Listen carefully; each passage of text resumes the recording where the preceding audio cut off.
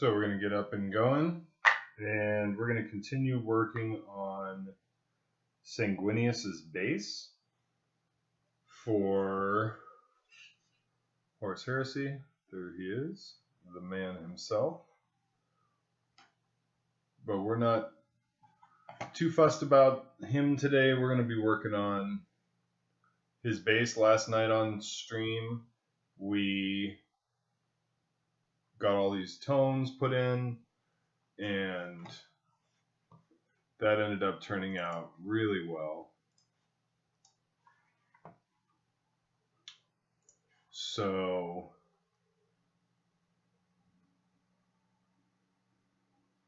it's a little too bright. There we go. So what we're going to do today is we're going to work on kind of detailing the base, and then from there we also have this Ruinstorm Demon for his base as well. The one that he's holding the horn. He's like holding his neck open for the cut, the Spear of Telesto.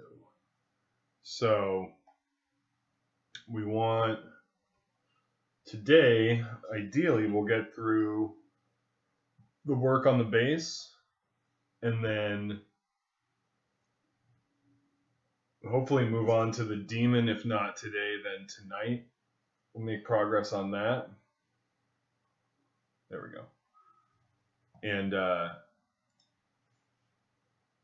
waiting for some magnets to arrive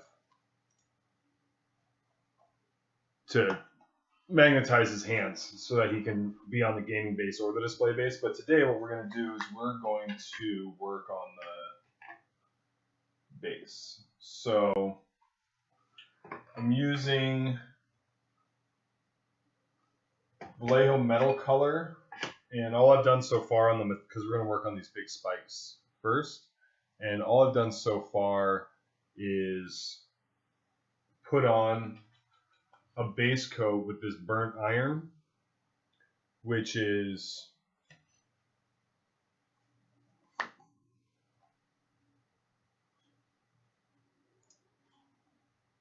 really, really dark metallic, and then giving it a wash with an olive oil. So after that,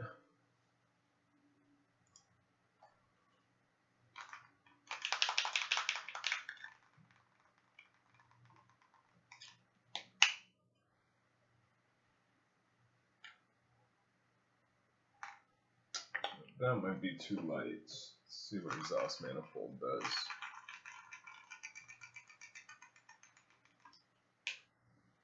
See, exhaust manifold, that's going to be nice and dark. So in the palette, I took a look at, oh, that was too bright. Took a look at the dark aluminum on the right. It's just a little too light, so we're going to go with the exhaust manifold. And we're just going to give it a light dry brush, and then we're going to work in some rust powders, or not powders, excuse me, some rust washes from AK, and then another quick little dry brush. And this will be oil washed as well at the end, but we want this to be a really dark, chaotic metallic. So we definitely don't want this shining and standing out. We want this to be in the background. And then also on the base, of course, it's got a couple skulls. It's got a little shoulder pad here and a helmet there.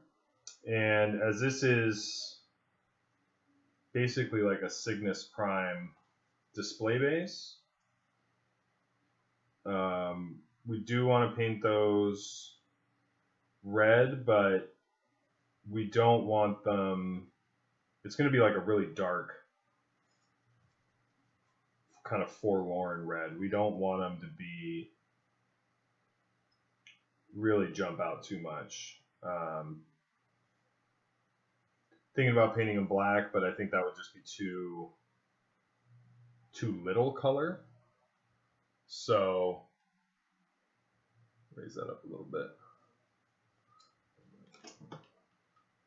Sorry, lighting today's a little off. So just quick dry brush, because we just want to get a little bit of variation before we put on those rust washes, because those rust washes are going to tint this as well. So, God, sorry, I do this constantly, but it drives me crazy.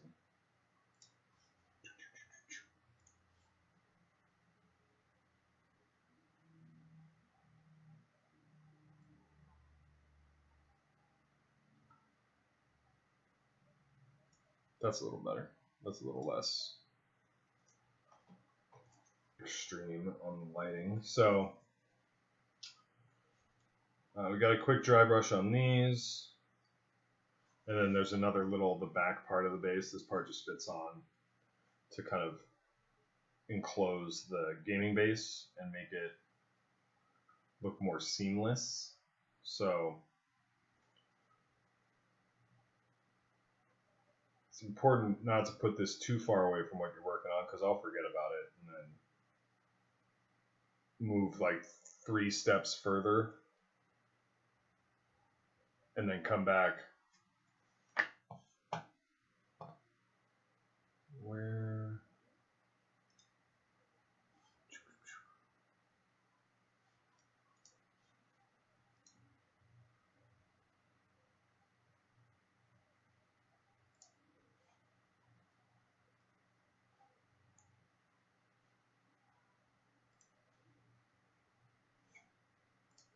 Sorry. There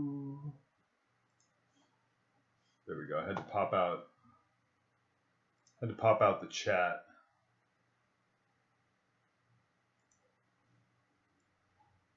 There we go. Much, much, much better. Oops.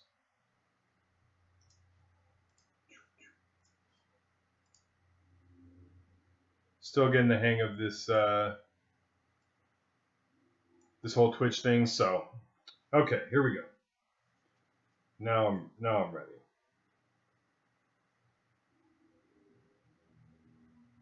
Just quick dry brush, and that's not giving us a ton of contrast. I mean, that's really just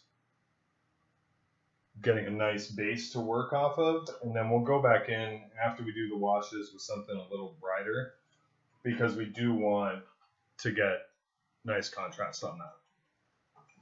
So we're going to be using Vallejo Model Wash for rust effects, dark rust and light rust, and we're going to mix those two randomly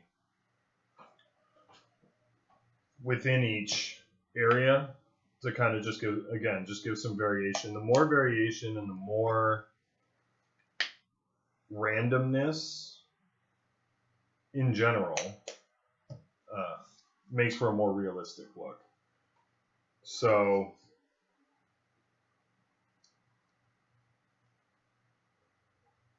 a little bit of dark rust, pick up a little bit of light rust. That is way too much. You can see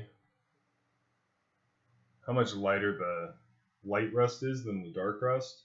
So we're going to go through with the dark, and then we're going to clear our brush and go back with the light. But we do want to cover, usually we want to be a little selective about where we're putting the older, darker rust versus where we're putting kind of newer, lighter rust. But for something like this, or where it's a base or terrain, we can be a little looser, but also just because we want these to be rusty spikes, we're actually just going to cover we're going to cover the spikes with this rust and then dry brush it and hopefully get a really nice kind of rusty spike effect. Like these popped out of the ground and were like immediately corrupted. Like there's no like general decline for chaotic icons. Like it's just they popped out of the ground and they're immediately corrupted and rusted, and really you could do these spars in just any color. You could do like purple metallics for more of like a Slaneshi vibe or something. It doesn't even have to be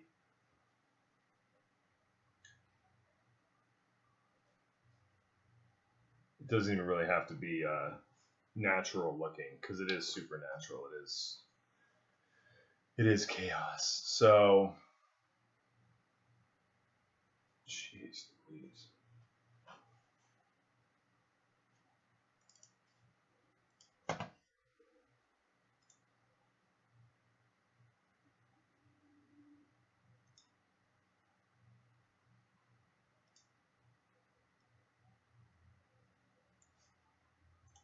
Sorry, I'm trying to get this to like a natural place where it's not just insanely bright.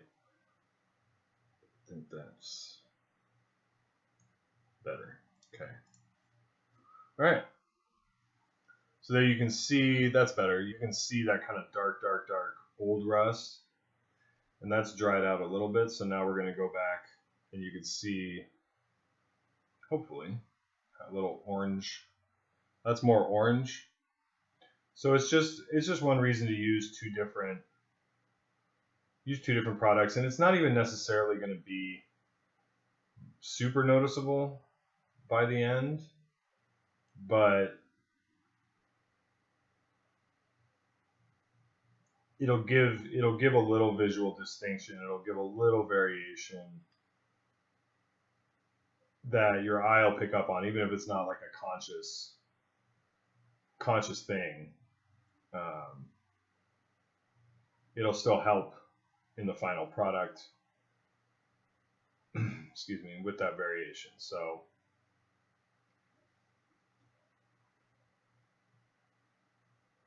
just want to make sure to cover all of these nice and rusty.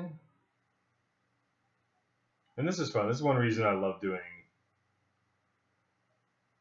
really involved bases like this, is you get to just play around.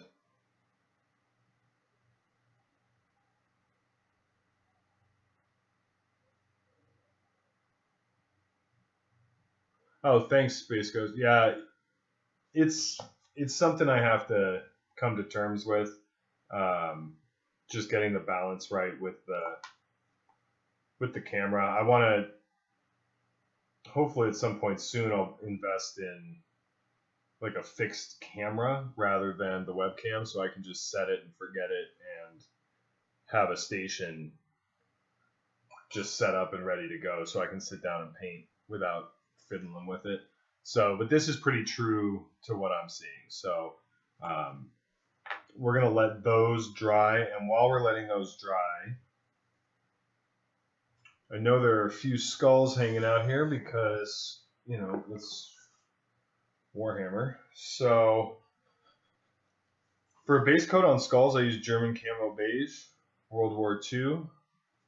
It's just a nice brownish, well, beige, for lack of a better term. But it gives a really nice flat base to work off of, and then we'll darken it and then lighten it back up, and it gives a nice kind of skull look without being too time intensive, because obviously we want this to look good. We want it to look finished, but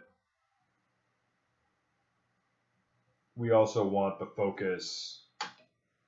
We want the focus to be on Sanguinius, and we want the focus to be on the model itself, not necessarily the base. So it's like there's another skull back in here.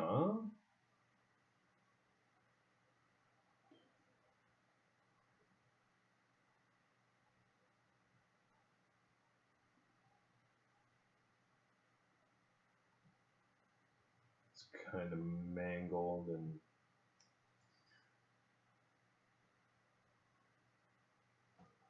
then we're just going over the base, looking. So there's the helmet and the shoulder pad that we know about. Kind of looking it over, just making sure we're not missing any skulls hidden in the crevices. Here's no skulls on that, so we can actually just set that part aside. And then on his base, on his gaming base, there's a little skull there.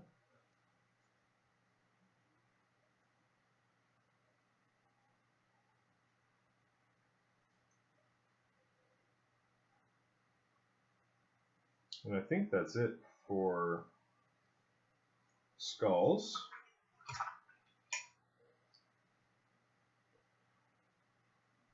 And looking back at this, almost dry, not quite dry. Still a couple wet spots, but I like how dark that rust is. Overall, we want to keep that really dark. So for the skull, I'm going to be using Army Painter Strong Tone, and this is like the last few drops of my Strong Tone. I need to pick some up at game night tomorrow night down at the FLGS. Don't think I'll be playing tomorrow, but a friend of mine borrowed my army to go to a tournament last weekend, which was nerve-wracking.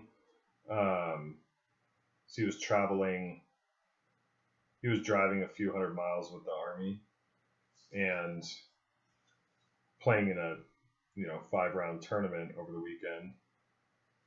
And I just was hoping nothing happened to it. I didn't hear anything, so I'm optimistic. But it's one thing if I'm toting it around and something happens. It's a whole nother sack of potatoes if somebody else is toting it around. Other than just normal kind of tournament wear and tear of a blade here or there. I might play. We'll see. My wife's been really busy with work this week, and like she worked like 12 and a half hours yesterday, so, and is just as busy today. So if she has to work overtime, then I stay home, and usually she does dinner and bedtime with the kids on Thursday, and I go to game night. But if she has to work overtime, then such is life.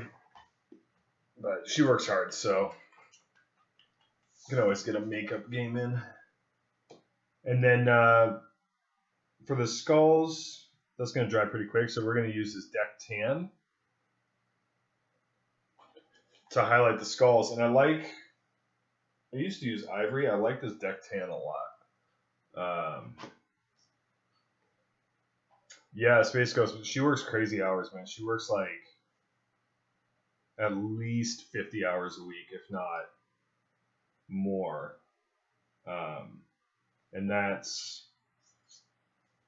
when I was still working full time, she got paid a lot more than I did. So she's very good at what she does. So she's been the primary breadwinner for us. for a long time. So if I can facilitate that, I will. Especially how much she supported this venture, painting full time. So, and this may be a little premature because the wash still is a little wet, but that's fine. Again, we're not too fussed. We just kind of want to get the colors down on the skulls and move on, because the skulls really aren't, we really don't want those to be anything resembling a focal point on the model or the base. And then when we do the oil wash on the base, these will get toned down even more. And then for the top highlight, I'm just gonna mix a little ivory in to get just the very top there, and a little around the eyes, and quick and dirty skulls. Now, if I were doing more of a, if I was painting skulls on a model or something like that, I'd obviously take my time with them a little bit and make sure all the highlights were placed appropriately, but not for this part of the display base. So we're going to go in with Vallejo Model Color Dark Aluminium, and we're just going to do some very light highlights on those rusty spires. Really, they have this really nice texture to them, so this is going to reap benefits with minimal effort, which is the name of the game in my eyes. Maximum benefits with limited effort, and that just makes everything more efficient. You can see there we've got a really nice kind of rusty, diseased kind of dark metal going on, which is exactly what we want for these little chaosy bits there.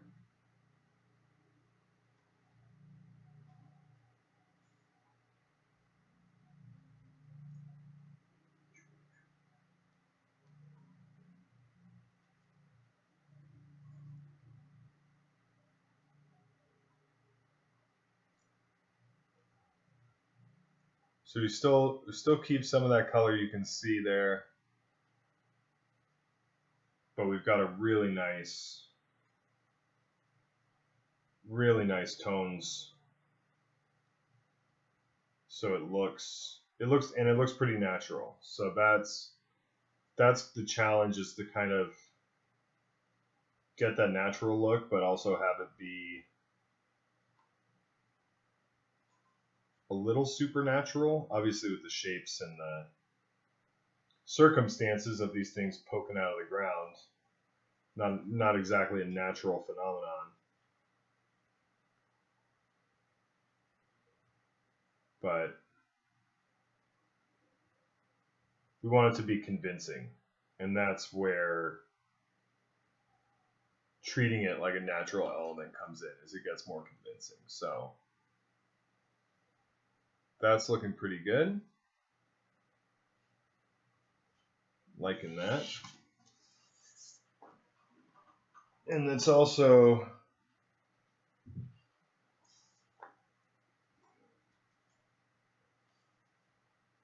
it'll also help to kind of tie in the warm tones from Sanguinius himself.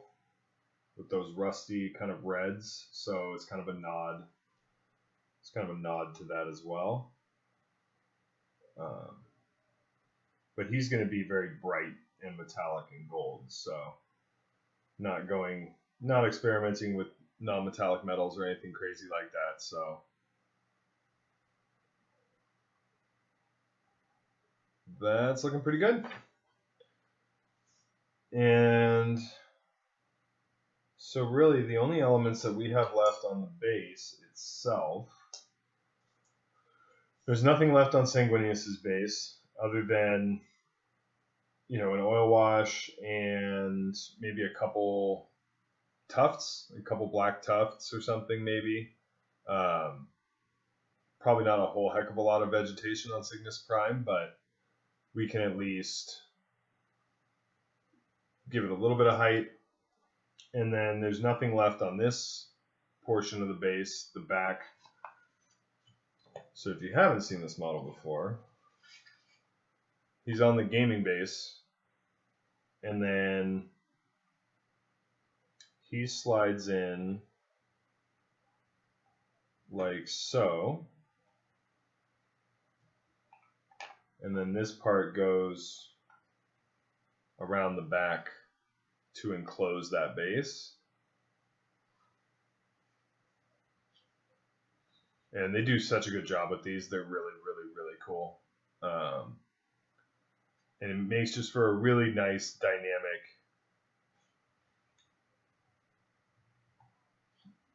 base where you can really tell a story. So Russ and Magnus have one. Ferris and Fulgrim have one. Valdor is on a really cool.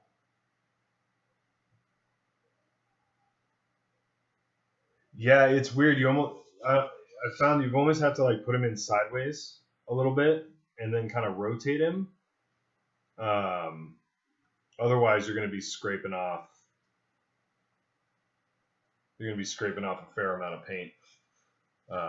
Thank you. Yeah, I'm really happy. I'm really happy with how this base is coming along. We painted it last night on the stream, and we just started out just throwing paint around and doing some glazes and just kind of seeing where we ended up, and it ended up turning out really well. So now let's just do a quick.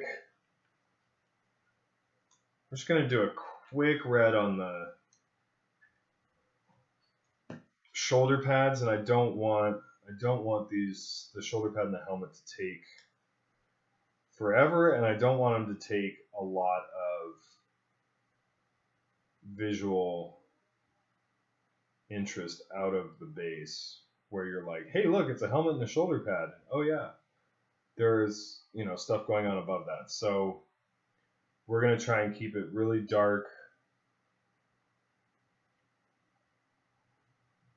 kind of like, I like to think of it as, the armor is part of the Marine wearing it, and these Marines are obviously deceased, so some of that, or these armor panels are sundered, so some of that vibrancy and some of that life of the wearer is going to imbue the armor. So when the armor doesn't have a bearer anymore, it loses some of that vibrancy and some of that vitality, especially for Blood Angels, where it's such a vibrant red, typically. So we want to just make sure we're getting a nice base coat in there. I'm not going to be fussed about the lenses. No, I'm regretting painting this star before I did the helmet, but that's okay. If you get a little bit of paint on the back underside of that star, I'm not going to be too worried about it. So that was just Vallejo model color black red. It's a nice purpley red, and then we'll go back.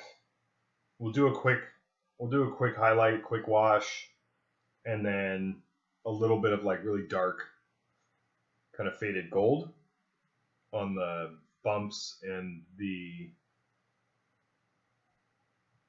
helmet, like just that brow ridge kind of area, and then probably give it an oil wash and call it a day for the base at least, and then try and figure out what exactly we want to do with this bad boy. And I know a lot of people tend to do him in this black and red kind of lava-ish. I'm not sure. Because Sanguinius is going to be so warm that with like the yellow gold and the red gems, and he's going to be so gold that I don't necessarily want the demon to complement. I want it to contrast. So I might work in some green or some blue grays, and I'm just not quite sure. So I'm still mulling that one over. But we'll just have to wait and see what happens when we start throwing some paint on him. Nice thing about it is he's just a Runestorm demon, and this is in the fluff. I like this color from Scale 75 is actually called Ball Crimson. Totally not a ripoff of Games Workshop at all. This is a really vibrant red, but it has a nice transparency to it. So hopefully it won't be too over the top. No, that's good. That's nice. We'll do a second coat there.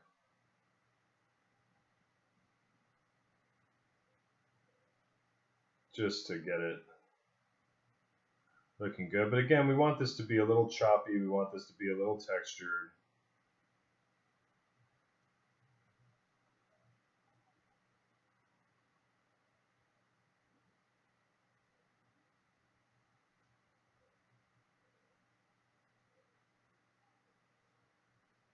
Because we do want it.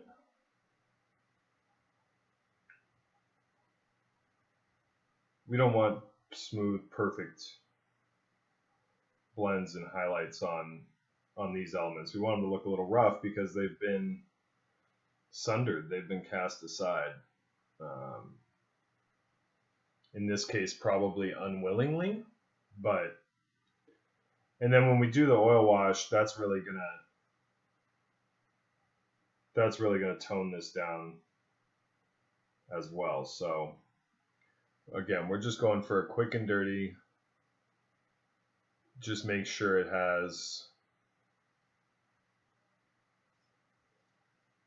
those elements there, and then get in there with a little.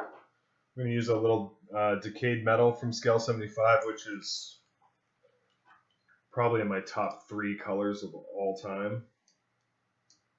It's like a purpley, reddish tin bits type color. It's just insanely good. So we're going to go through and just paint the brow ridge. And I'll use a different, this is not going to be my gold recipe for Sanguinius, and it's not even my gold recipe when I do just Blood Angels in general. But that's okay. We don't have to match a scheme. This is a commission for client, and if I were painting his army,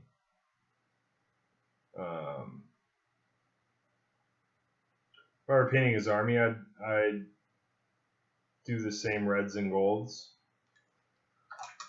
to make sure everything kind of harmonizes. Everything's in lockstep with each other, but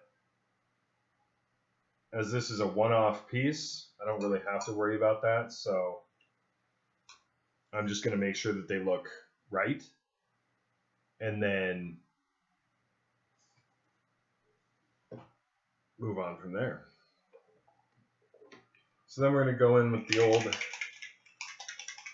Elven Gold.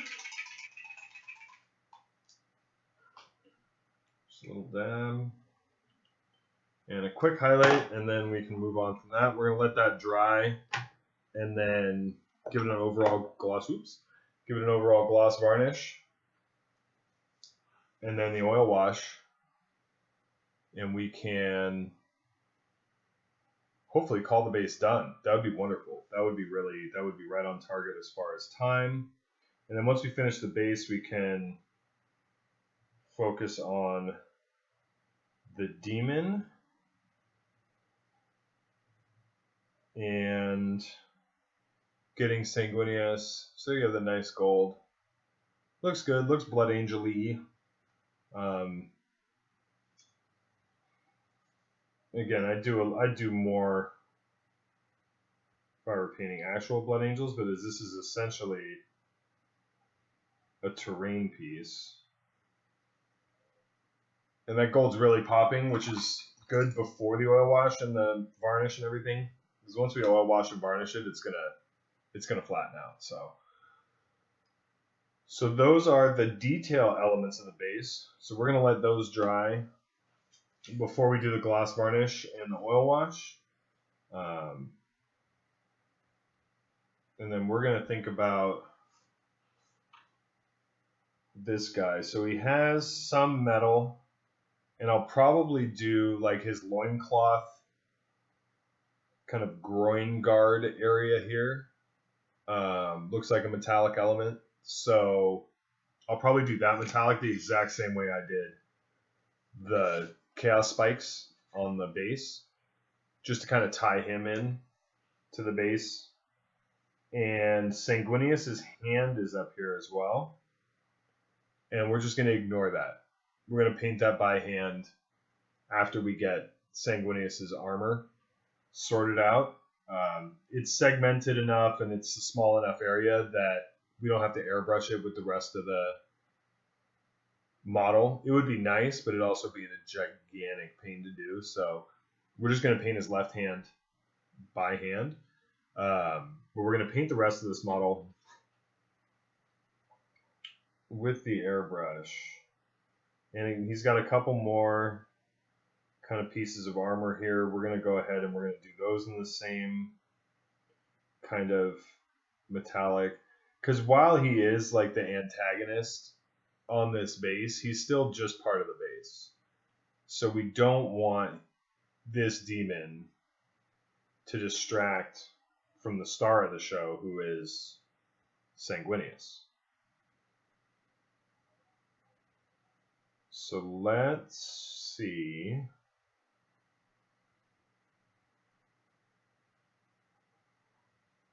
Having some thoughts.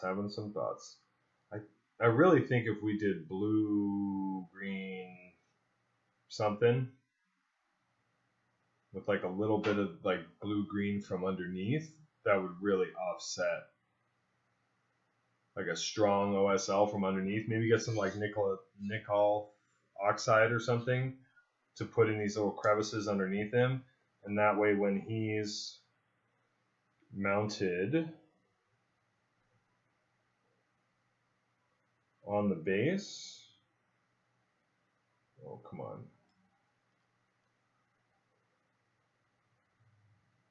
there we go. So when he's mounted on the base, it's kind of casting that light up. I think that could be really interesting. That could be cool. Huh. We'll give it some thought. So let's do the gloss varnish, and then we can go back while that dries and start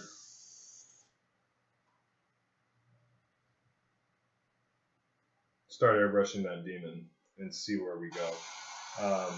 One other thing that's, oh my gosh, one of the things that's fun about this is just how much experimentation we're able to do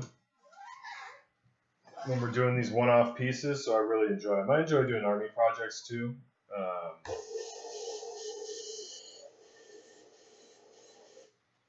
But these one-offs are a lot of fun. So Liquitex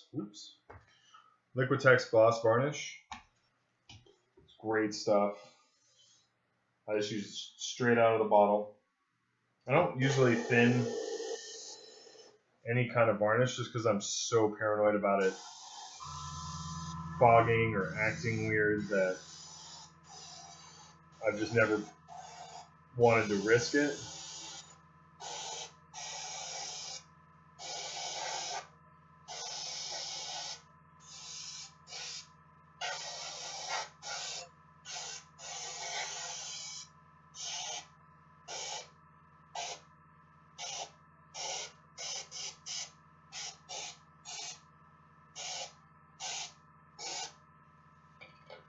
So I got the gloss varnish on that.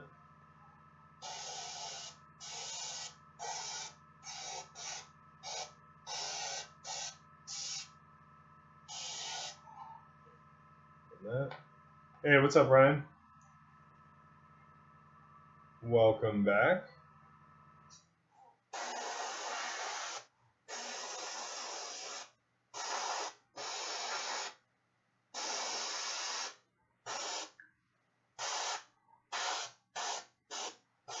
So right now, just getting that gloss varnish down. Preparation to do the oil wash. And we're going to start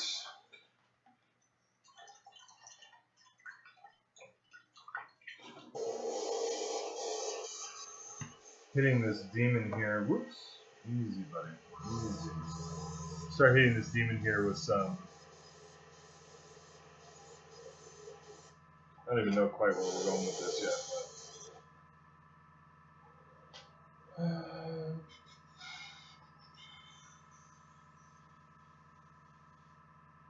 I know I want it to be cold. I know I want it to be, but I don't want it to be blue.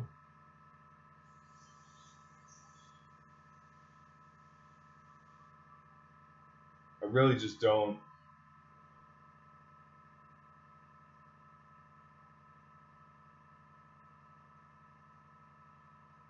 Oh man, that is tragic. Are you using a GW stand or are you using like clear acrylic rod? The purple, green.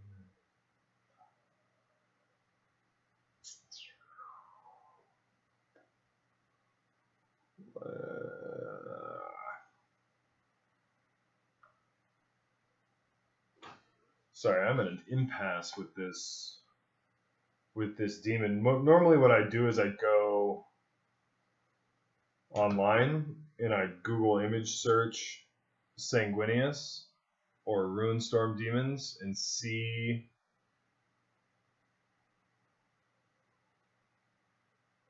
what other people have done and kind of get some ideas and inspiration. But I'm not going to have you guys sit here while I go do a Google search. So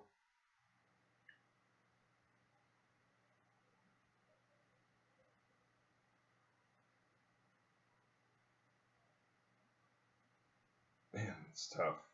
It's tough.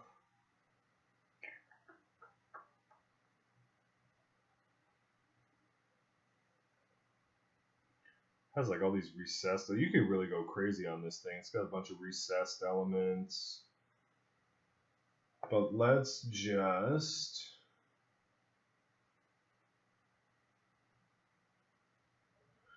see where the winds take us.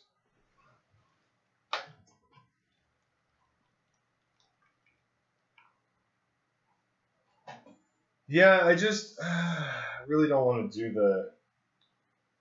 the usual kind of magma blood type look. I've also had a killer headache all day today, so my brain is just not functioning at a super high level right now. So my apologies in advance. But we're going to try a little Vallejo Dark Sea Blue. When in doubt, ask yourself, what would Ben Comets do? And Dark Sea Blue is usually involved in the answer to that question. But I love this color because it's like a really nice desaturated kind of blue-black looking.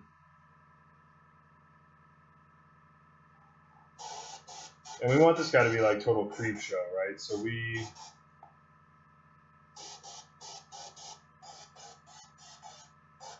we're going to stick, but again, he is an element of the base. So we don't want him to,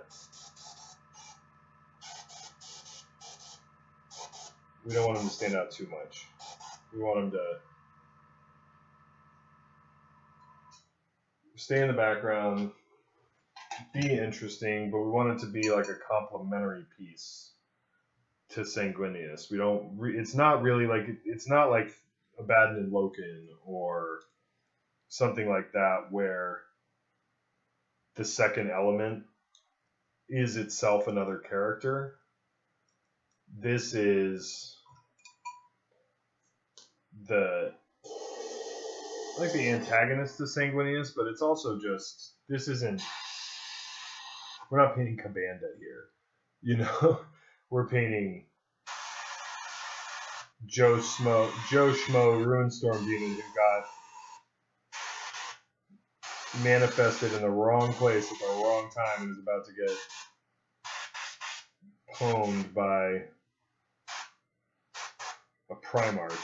So, you know, this dude's not having a great day at the office.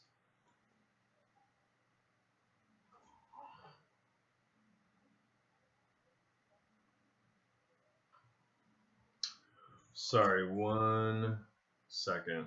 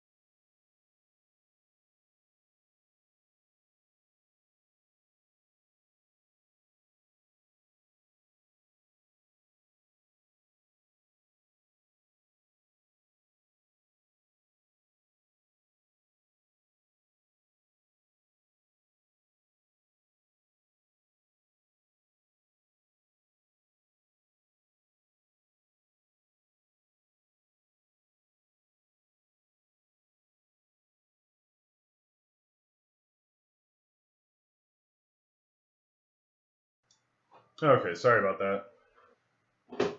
So we're just lightening up through the dark sea blue a little bit, and it's kind of getting an ashen,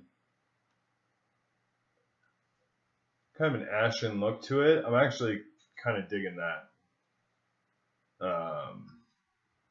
It's very otherworldly from the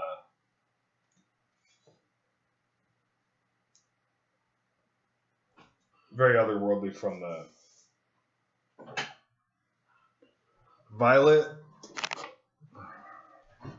or excuse me, from the tones. And so now I think I'm going to do a little intense violet into the shadows, because there's a little bit of violet undertone in the rock and everything too, and there's going to be some purple undertones with the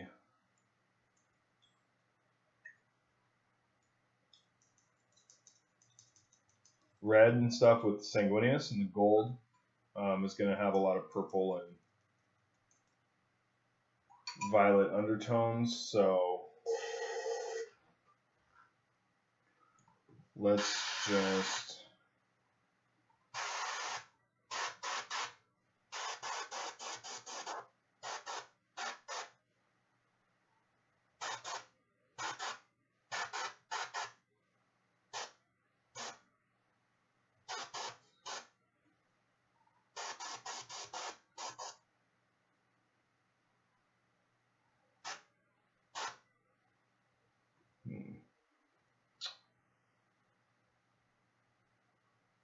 making progress.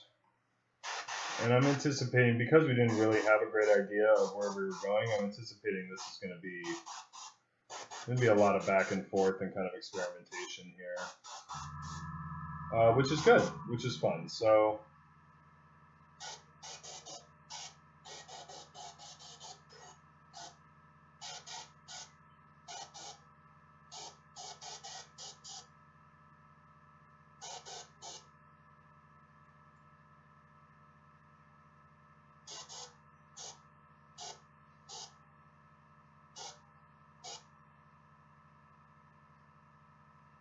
those kind of purples, are starting to influence that a little bit, and where we're really starting to contrast on that base. Maybe a little too much. I'm not quite sure yet. So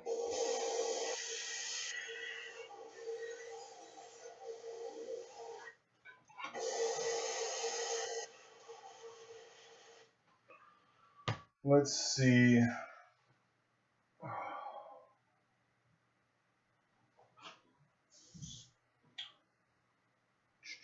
Do we go lighter? Go for more washed out? Yeah, let's do a little lighter. Let's go back to that dark. Let's add a little. Oh, we add a little green. Sorry. I need to move my paint racks closer. Let's try some Stegadon scale green and see what that does.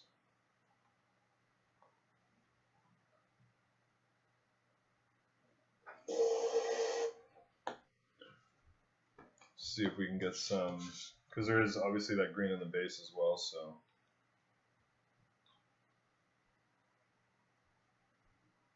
But we don't want it to look like a Mardi Gras demon. I mean, we don't want it to look.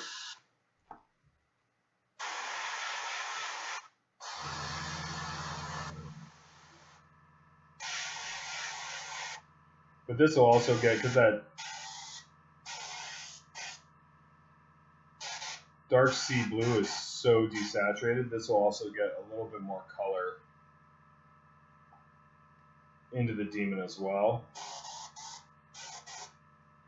So like we do want it to be desaturated, but we also want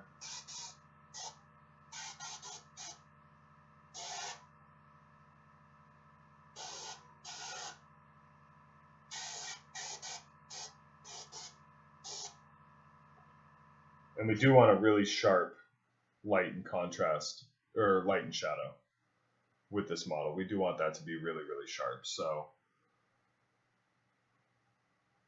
that looks okay. Man, I'm just not 100% sure where this is headed. So let's try some Sybarite green, see what that does. But with the Stegodon, so we're gonna lighten it up a little bit.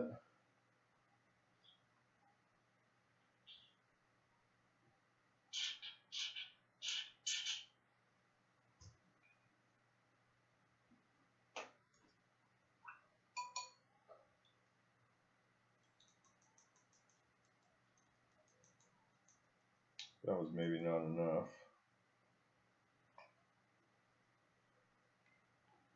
And maybe we'll just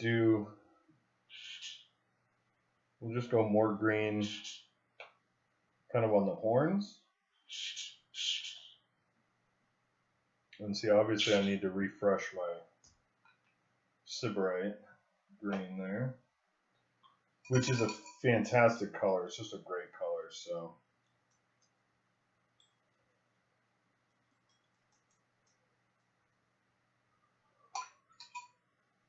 any chance I have to... What do I enjoy painting more, organic models like this one or armor models like Space Marines? Space Marines.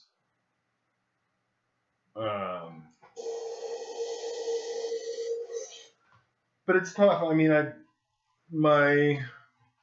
it's funny, I say Space Marines like really fast, but I also, my personal army is mostly Chaos Demons, which are all organic models. They're all soft shapes, with the exception of like Magnus and Mortarion, but even those are more organic. They're not fully armored. And I love painting my demons. But there's just something about, for me, a really nice, crisp highlight.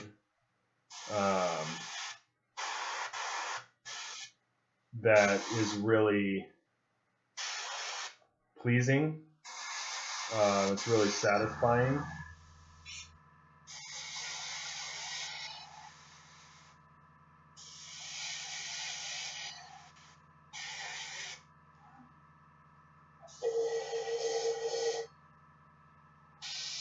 So I really enjoy painting Space Marines, which may be my next adventure. I'm not sure yet, but it's looking that way. Because I've been playing Chaos for... That's nice. I like that. I've been playing Chaos now for a couple of years straight. And just for a close combat Chaos, which just the state of the game right now is... I've been riding the struggle bus pretty good. Trying to make that work and doing monster mash and just playing big uglies, which is fun. Don't get me wrong, throwing Primarchs at people, but it's interesting.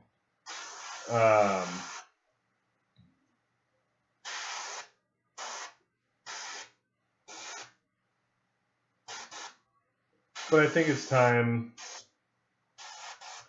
to paint something a little different, time to play something a little different, so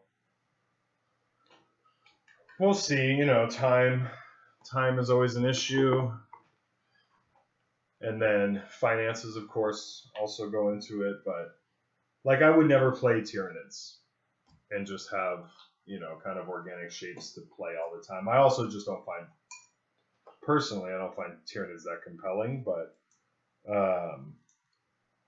I wouldn't want to paint a bunch of Tyranids. I spend most of my time painting Space Marines. Most of my commissions are for Space Marine, Chaos Space Marines, Space Marines.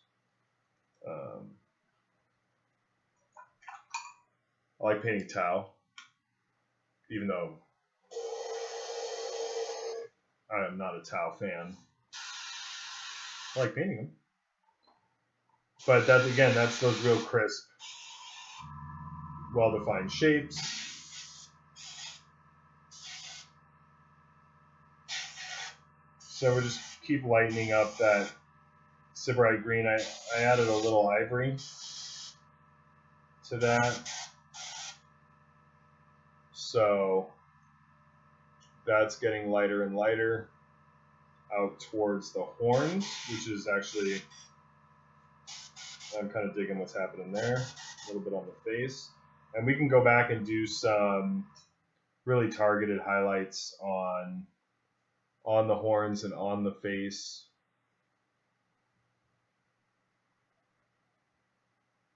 But really, again, I don't want this model to be too defined. I don't want this, not just because, you know, it's the complementary piece on the base, but also just because, you know, it's a demon, it's a Ruinstorm demon, it's a newly birthed demon, so it's not going to be, I guess they're like, you could think of it as like inexperienced demons, I guess. So they're not, like, this is the first pitched battle between Space Marine Legion and demons, was on Cygnus Prime. So that they're super alien, they're super unknown to legions at the time.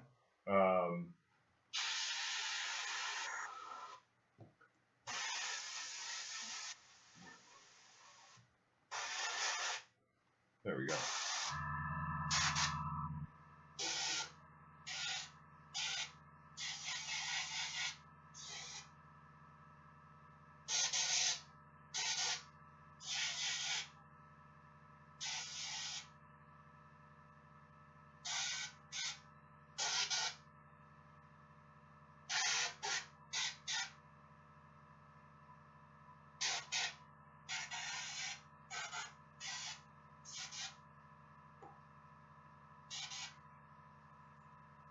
All right.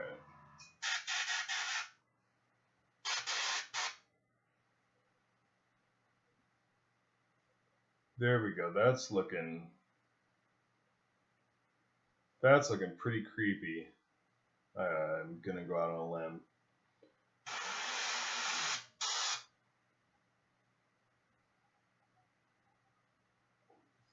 Yeah, that's cool. That's looking pretty creep show. So let's see that on the base.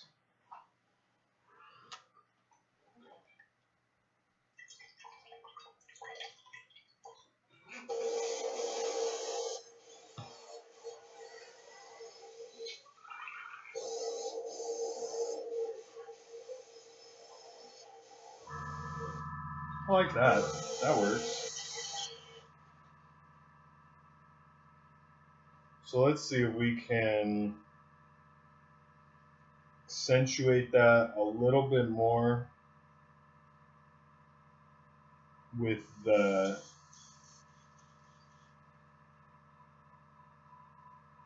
I like that. That's definitely contrasty. It's definitely in contrast with Sanguinius. But it gives that kind of supernatural look to the whole scene, which is what we want. So we'll go in and we'll do the metallics on him, and then maybe we'll do like a gloss varnish, and then see if we can drop some like the Nicolith oxide technical paint inside those kind of open wound areas and kind of really accentuate that turquoise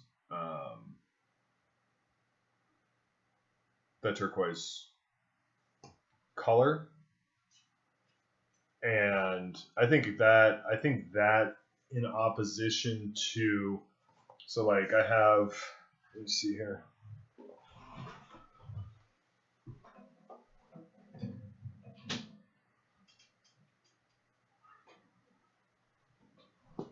So I have this custodian guard model that I'm doing a tutorial on for the Patreon, so we can see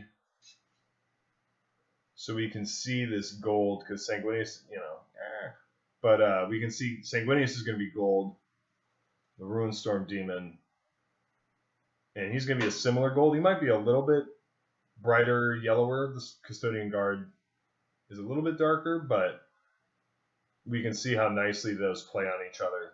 The gold and the kind of bluish turquoise really play on each other well. But Sanguinius is going to be the star of the show between those two elements, between the blue demon and Sanguinius. Sanguinius is really going to pop and be the star of the show. So I'm pretty happy with that.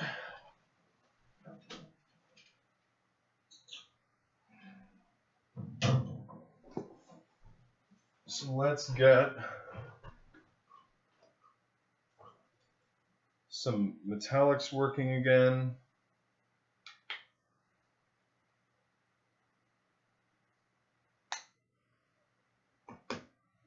And this is that burnt iron from Metal Color.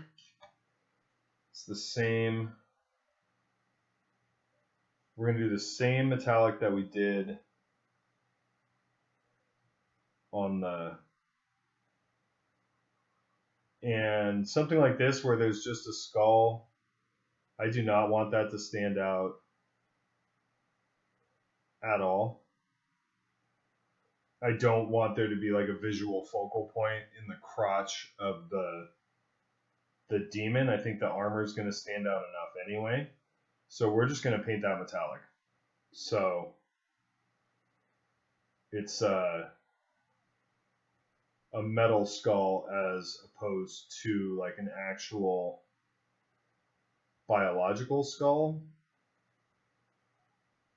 And since he's a demon, we don't really need a rational explanation for decisions like that. We can just do it and say he's a demon.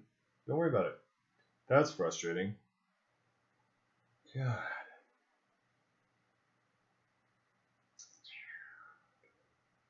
But there's a lot of paint wiping off this model while I'm painting it. That is not cool. So let's go ahead and let that dry, and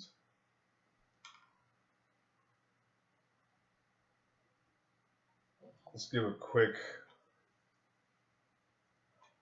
repair there, and then we're going to let that dry and we're going to gloss varnish it, and maybe gloss varnish it and then matte varnish it and then keep going. Because the more we handle this, so this is just that Stegodon green, and maybe kind of thin it out up towards there and do a quick repair. Gosh darn it, this is going to require a little more finesse than I'm. It's the trouble with handling Forge World models while you're painting them, or any resin.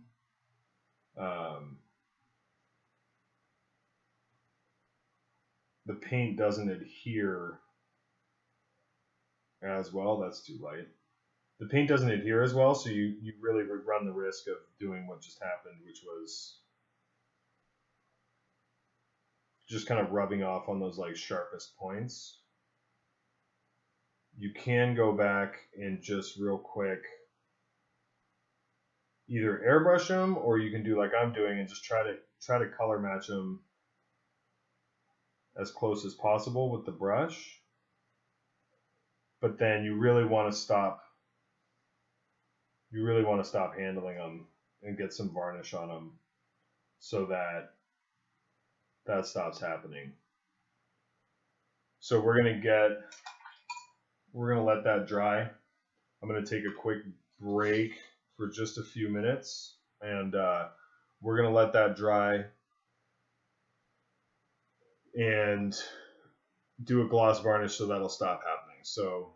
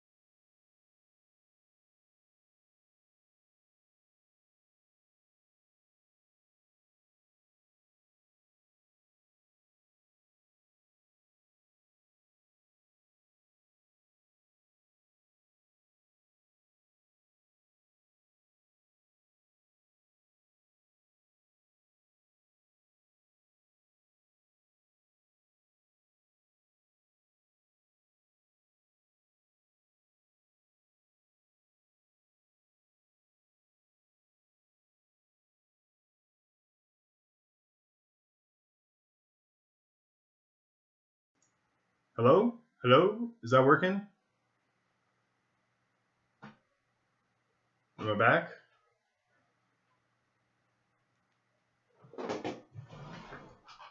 Woohoo!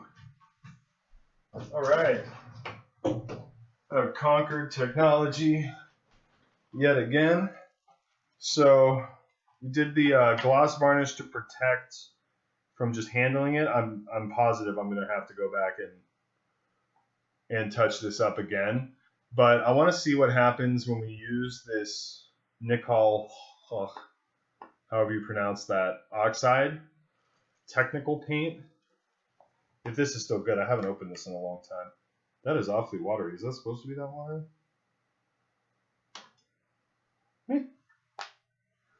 Sure, it'll be fine.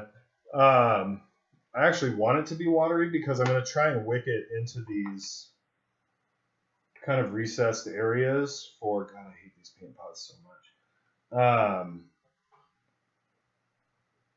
going to try and wick it into these. I don't know if you can see that really well, but there's like recessed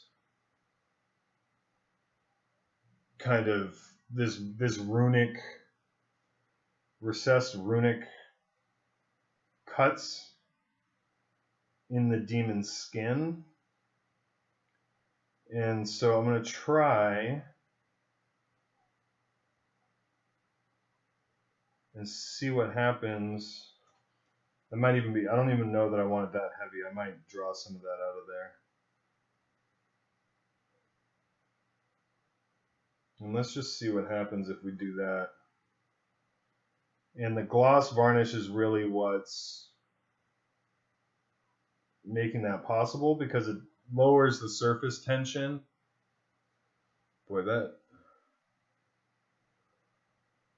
there's so much shiny going on. It's hard to show up on the camera, but I think that's just while we have this gloss varnish on here, we're going to give this a try and see what happens. And then we're going to matte varnish it before we go back to, yeah, that's kind of cool. We're going to matte varnish it before we go back to the metallics, because I don't really want to paint those metallics over a gloss varnish, but there's another one over here on his leg.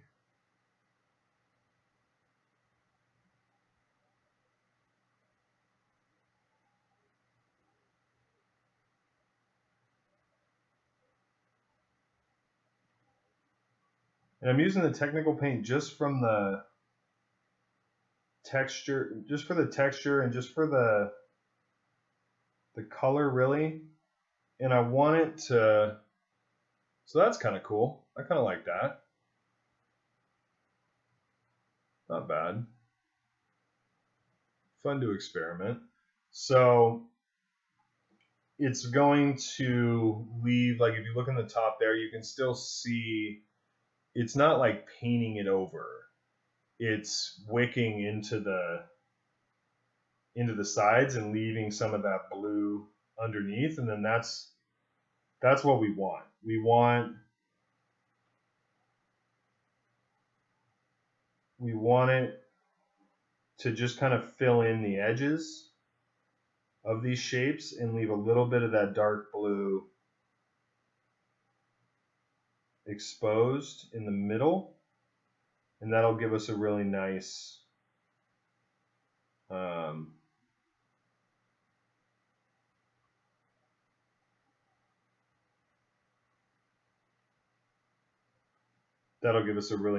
effect, almost kind of like a glowing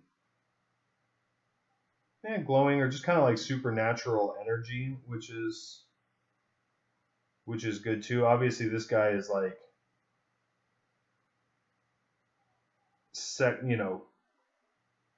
milliseconds away from being dispatched, so he's not having a fantastic time in real space. He's not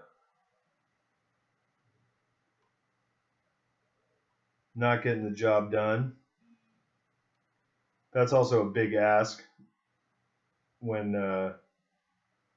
Joe Schmo Ruinstorm Demon gets pitted up against Sanguinius. The Demon's probably gonna get the short end of that stick. So we get those recessed areas. There's some on his head,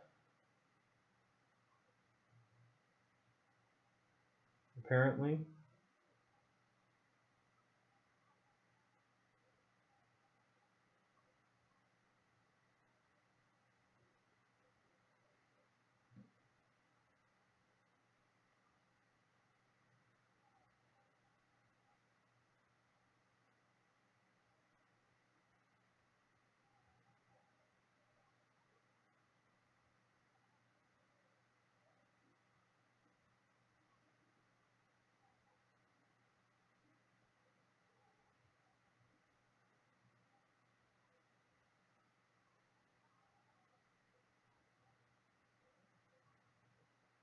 And it's just kind of veiny and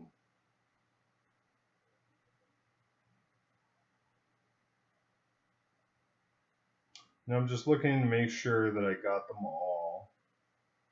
I think there's only a few. I don't think they're really widespread on the model. And then let's do the mouth and the eyes as well. And we'll come back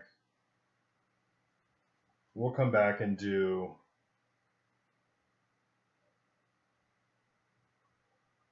like just little white dots or something on the eyes to really get that glowing effect. But as far as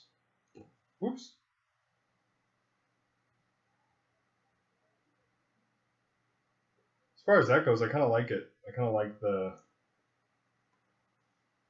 God. That really should have put this guy. In hindsight, I probably should have put this guy on a base to paint him, because handling him, you can see it's still like there on the ends of these. We're still getting a little paint getting rubbed off, which is not ideal. So I probably should have put him on a base before I started painting him. But we'll just go back and touch those up after we mount him to the base. And while we're waiting for that technical to dry, I think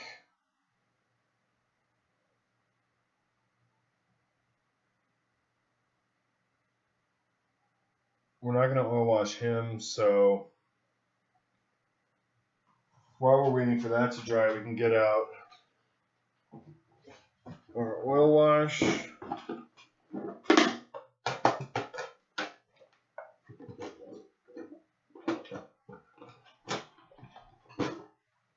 And this is, if you see my other videos, this is the same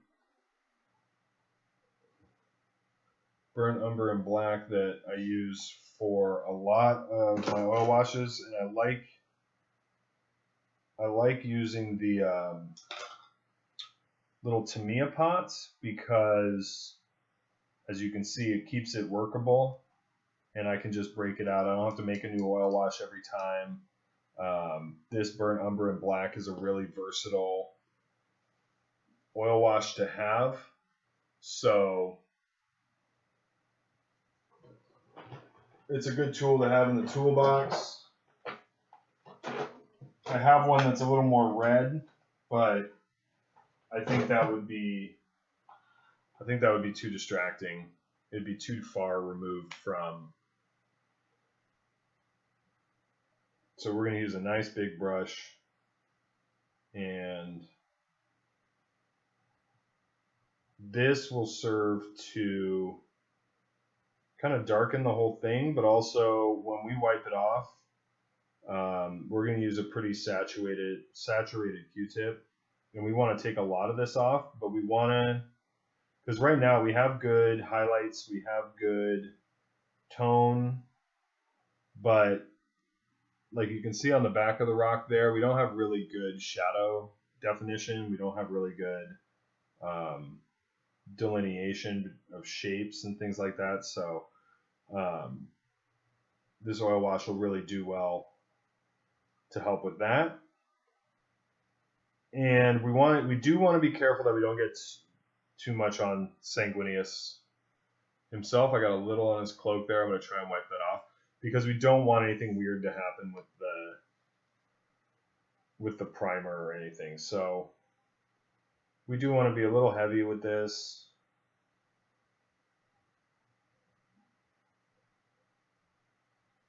And this will kind of tie everything together.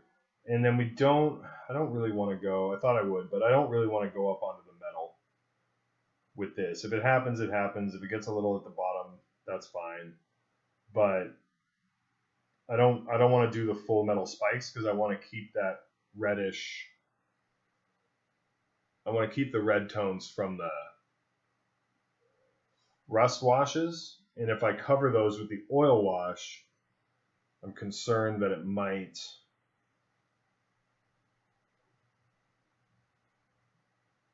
just make it look like, metal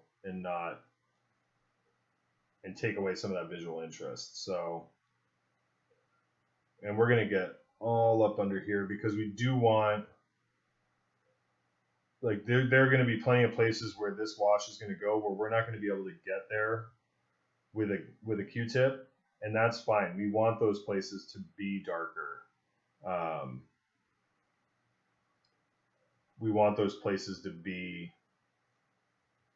more influenced by the oil wash than, say, the tops of these rocks, which we're going to wipe off and that'll be a lot lighter, especially like down in those pits down there.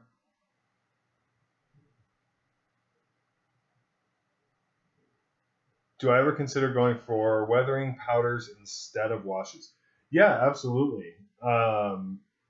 I like using weathering powders. They're a little different use than the oil wash. They have a little different function for me. I did a base, like on Alfarius's base, I used a lot of weathering powder to really give it a nice sandy, dusty, wastelandy kind of texture.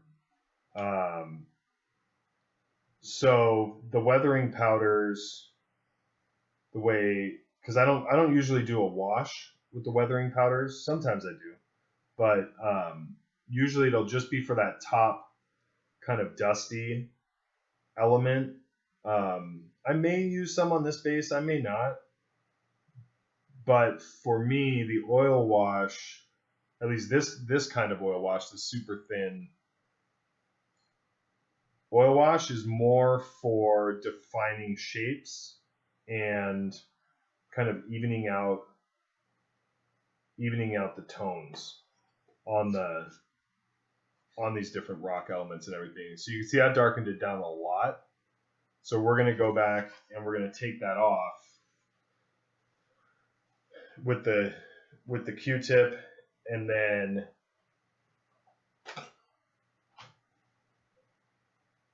matte varnish it. And then we might hit it with a couple powders just to see, like, if this is sitting pretty flat after we do the matte varnish, we might go back with a couple weathering powders and just put in, because it gives a different texture. It gives it a little crunch. And like we talked about when we were doing the metallics, the more variation and the more kind of randomness, the more natural a look you're going to get. So this is shaping up really well. I'm liking the demon. It looks like that I have no idea how to pronounce that. The Nikolak. I guess I don't play Necrons enough to know how to pronounce that, but that Nikolith oxide is dry, so we're going to go in I use Vallejo matte varnish. They've, I think, just rebranded to this Mecca Nalac. Nalac. Nalac. Sure. I'm going to go with that. So that Nalac oxide. Can you seal weathering powder? You can. For that's behind me. Hang on, let me do this matte varnish and then I'll go over weathering powder a little bit. You can seal weathering powders. You want to use pigment fixer. You can use like isopropyl alcohol is common, but it doesn't hold color that well, and it doesn't hold them on like the isopropyl alcohol maintains the color, but it doesn't hold the pigment, doesn't affix the pigment to the model very well. So a lot of it'll kind of, okay, we're going a little heavy on the varnish because we're handling this guy. Again, we're going to have to do touch-ups anyway, but we try and keep them to a minimum. So when you're working with just dry powders, you can work with isopropyl and it'll just evaporate, which is really handy. You can make washes. That's really good for pigment washes, is using isopropyl, because you can still manipulate them after you're done. But because the problem with pigments is if you just like matte varnish them, it really affects the finish, and it really affects the color. Usually, if you were to just varnish pigments, it'll just obliterate the color and really mess with the finish. So, like a lot of like competition painters, if they're using pigments, they won't even varnish the model. They'll just leave the pigments in situ, as it were. So most of the pigments I use either AK are really good, or Secret Weapon are the ones I use the most. And for pigment fixer, there's a lot to choose from. Let me tell you. They have this MIG pigment fixer, is pretty good. It's not fantastic, but it's pretty good. This Abteilung 502 is from AK. This stuff is really good. I actually got this when I was doing my display board, and I got these little spray bottle things for like 10 for $5 off Amazon, and because I was doing a pigment on a basically 2 foot by 3 foot area, and so I just put the pigment fixer in this and just spritzed the whole board, which you definitely want to do like in a garage or something, because this stuff is strong. So I put it in this bottle and I just spritzed the whole board, and it did a really, really good job. And that was for a display board, which is going to get models taken on and off it. And that did a really good job of holding those pigments in place. And the difference with a pigment fixer is it maintains the texture and the color of the pigments without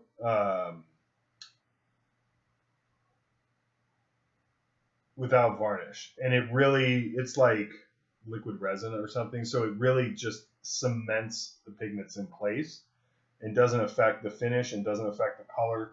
So if you're doing pigment work, I highly recommend using pigment fixer. And the best is this Soilworks Terrain Fixer from Scale 75. This 100 milliliter bottle is like, I don't know, $13, and this will last a really, really, really long time. And this is You can do either. You can do, and I'll be doing some pigment tutorials on the Patreon next couple weeks probably. I want to do some basing, so this will be part of it. You can do one of two things. You can like blot the pigment on, and then you take the pigment fixer just like you would, like you're just taking water, and you load up the brush with the fixer, and then just kind of tap the base or tap wherever you're doing the pigment, and you let it kind of seep into the pigment, and then you just don't touch it anymore. You just let it dry. If you want to get like height on your pigment, or you want to get kind of like a splatter or like a falling effect for the pigment, you can put down that pigment fixer just like that. You can just like cover a base with fixer, and then you can come back, load up some dry pigment on your brush, and you just tap the pigment into the fixer, and that gives you another effect. That gives you another look with pigments, where it's just kind of naturally kind of falling on top. It's not, when you're applying pigment with a brush, you're kind of mashing it around. But if you want, and you'll see, I'll do a tutorial, but you can just load up your brush and just go around and just tap, tap, tap, tap, tap, tap, tap, tap, tap, and it'll fall. It'll hit the fixer. The fixer will, wick into it'll pull in the moisture from the fixer because it's on top of it, and then you obviously don't touch it. You just let it dry, and that'll give another effect, another element to that pigment effect. So pigments are a lot of fun to work with. There's definitely a learning curve. They're super messy. So there's for sure a learning curve, but it's a really, really, really good tool to have in the toolbox for basing, but also just for doing, like I have a bunch of Deathcore Krieg coming up that are going to be using some weathering pigments and powders. So I'll be doing plenty of. I actually use like an iron pigment for the tank tracks and stuff like that. That's a scale modeling trick that's really fun. Let me see if I have anything. Looks like I have one. Ooh.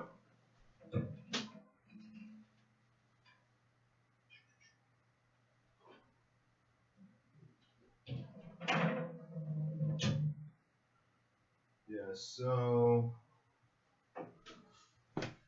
if we're just doing pigments on basing, and I know we're kind of getting off track here, but it's a good question. Meanwhile, the demon's dried. I like that Nalock oxide effect in those runes there. I think that turned out really cool. Thankfully, because I really didn't want to figure something else out. So I think that looked really cool. So we'll do the metallics and stuff on him.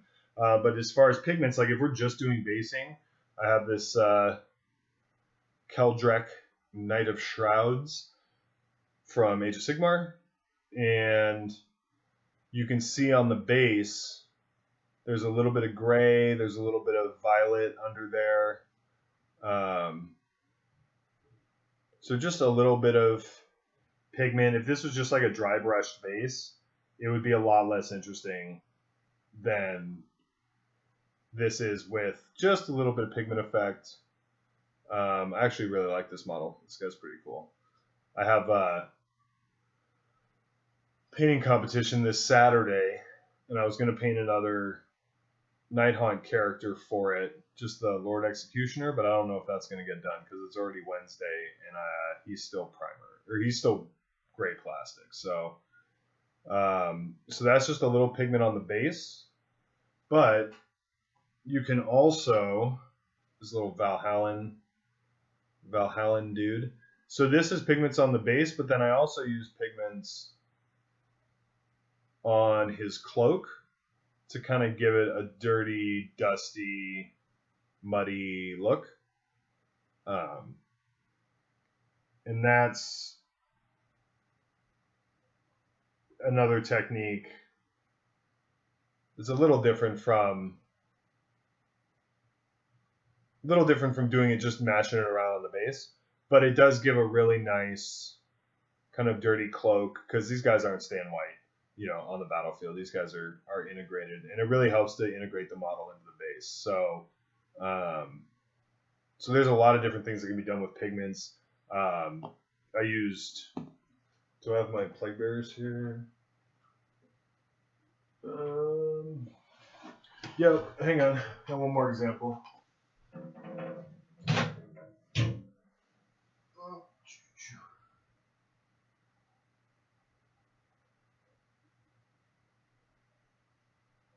Just Joe Schmo will be fine.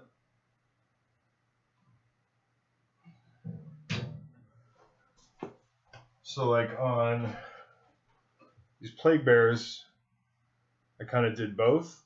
I did a little bit of pigment, just a touch on the base, but then I went in with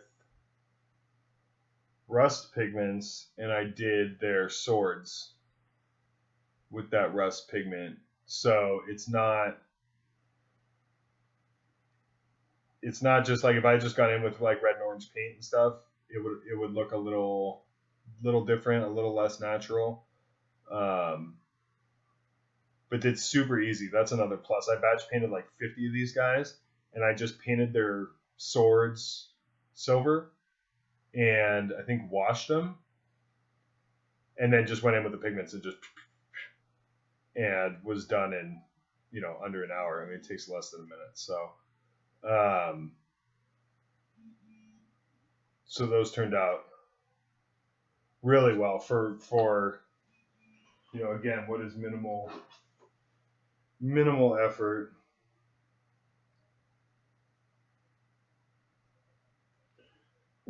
So this guy turned out pretty well. We're going to do the metallics, and then we might go back. I might change the color of his head horn, but maybe not. I might just highlight it, do some highlights on the face just to kind of draw more attention to the face. And then he's got some more armor plates and stuff back here. That'll be pretty quick. I'll probably finish this guy tonight, and then go through and see how much time. We got 10 minutes. Let's go through, and we're just using Artist White Spirit, and that's the same thing that we made the wash out of. Was White Spirit and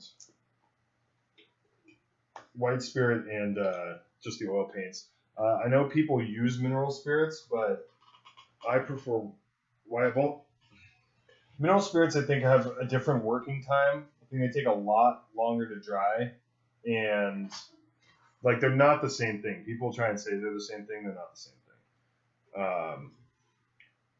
Mineral spirits, I think, have a longer drying time, and they just kind of behave a little differently. Whereas white spirits have a very, very short working time and behave how I'm used to them behaving. So I'm sure there are uses for mineral spirits, and then our super scientific cotton ball.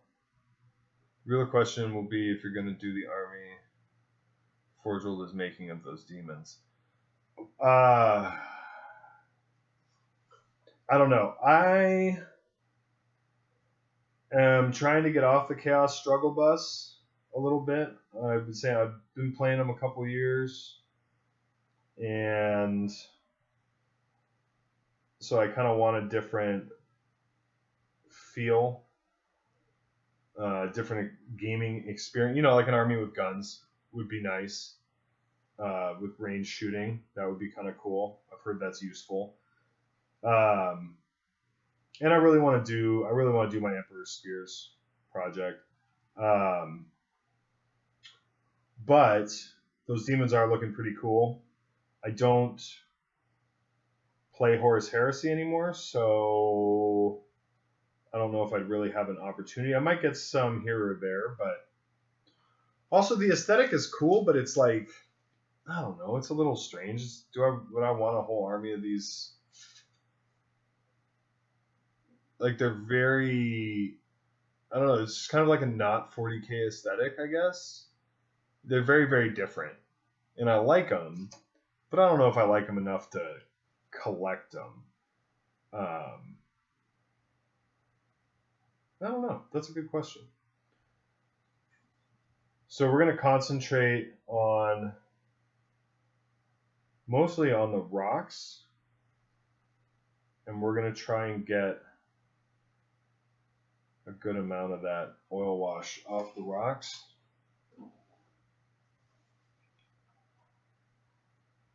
And we're going to leave a lot of that wash. You can see how much that lightens up.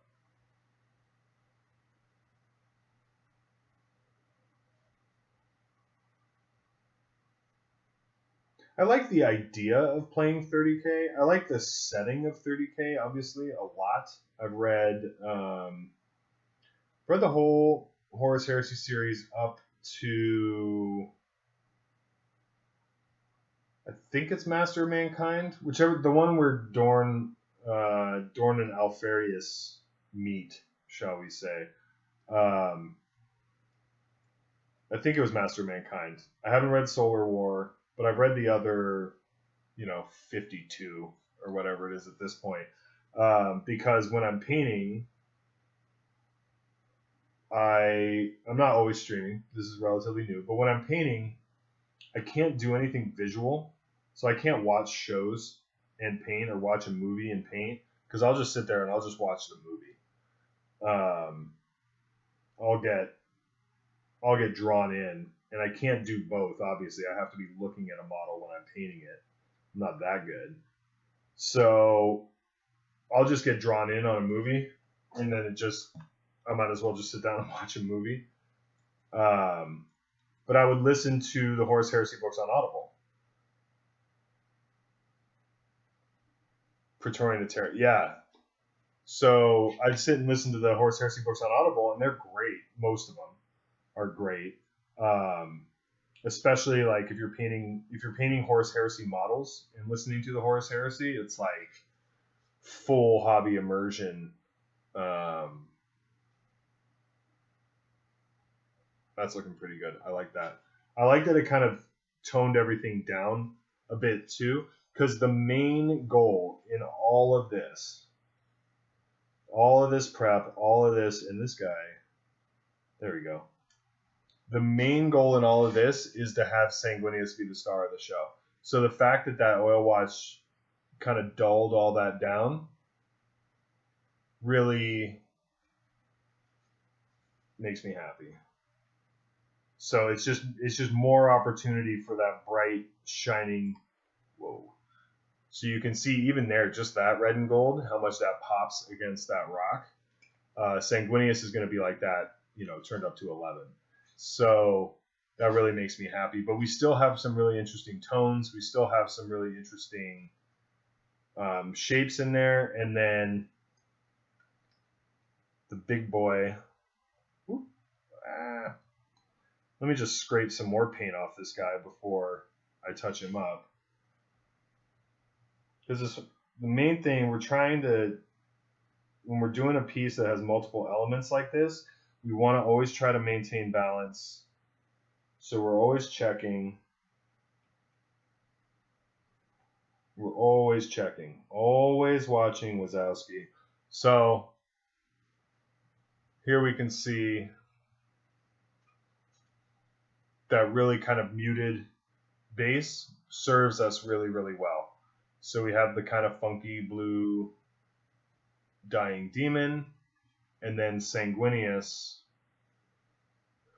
is really going to just shine against that. So we take, this gold, and we put that gold up against it, and we look at those three elements, it's going to be really good. I put my Custodes guard back so I can prop him up. Only issue is he does not fit in here very well, and it's kind of a pain to get him out. So going back through, so we're pretty good on that base. Go back through, and we want to lighten this up, but we want to make sure that we get the edges to kind of bring those highlights back. Look at that. That looks killer. I am super happy with that. It's a pity it's on the back of the model. This is like the best piece of stone on this whole model, and it's on the back, of course. I hate when that happens. You know, you'll do like a really great highlight, or you get a really good transition, and it's on like the back of somebody's leg, and you're just like, yeah, absolutely, my pleasure. My pleasure. Thanks for coming and hanging out and watching me paint. And if you're here and you're not following, hit that. Love to get a follow from you, so you can see when I'm on. And if you're not a supporter on Patreon, you go check out my Patreon page. There's a couple tutorials up there as well, which is kind of like this except way less scattered.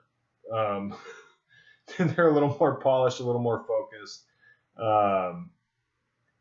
but we'll be covering a lot of these techniques, and then on the Patreon are more like specific recipes and walking through right now painting Custodes and painting Ultramarines, Space Marines. But there's also like there's a theoretical video out there about just how to think about painting Space Marines and how to think about highlighting Space Marines and stuff. And I'll be doing a bunch of those videos as well, not just Space Marines and not just Imperial stuff.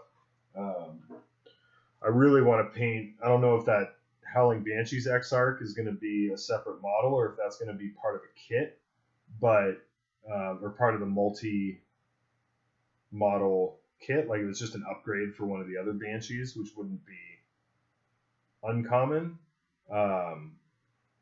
I really want to paint one of those up because those models look absolutely boss, and I'm hoping they're going to do more. I find it hard to imagine that they may not come for a little while, but I find it hard to imagine they ask one of their sculptors or one of their sculpting teams to just go resculpt just the Howling Banshees, not all of them. Just do the Howling Banshees, and then we'll leave the other aspect warriors just forever in fine cast purgatory. So my sense is that when they assign that project to a team, that they probably resculpted all of them. That was probably like a big project, but Games Workshop does that, and then they'll have that on, just in the hopper for God knows, like years. I mean, they could leave it in the who knows. So, it's going to be part of the kit? I don't know that I want to buy 5 of them, but I don't know. There'll be something that comes out that I'm going to want to paint. I mean, I have an endless list of models I want to paint, but those new Aspect Warriors would be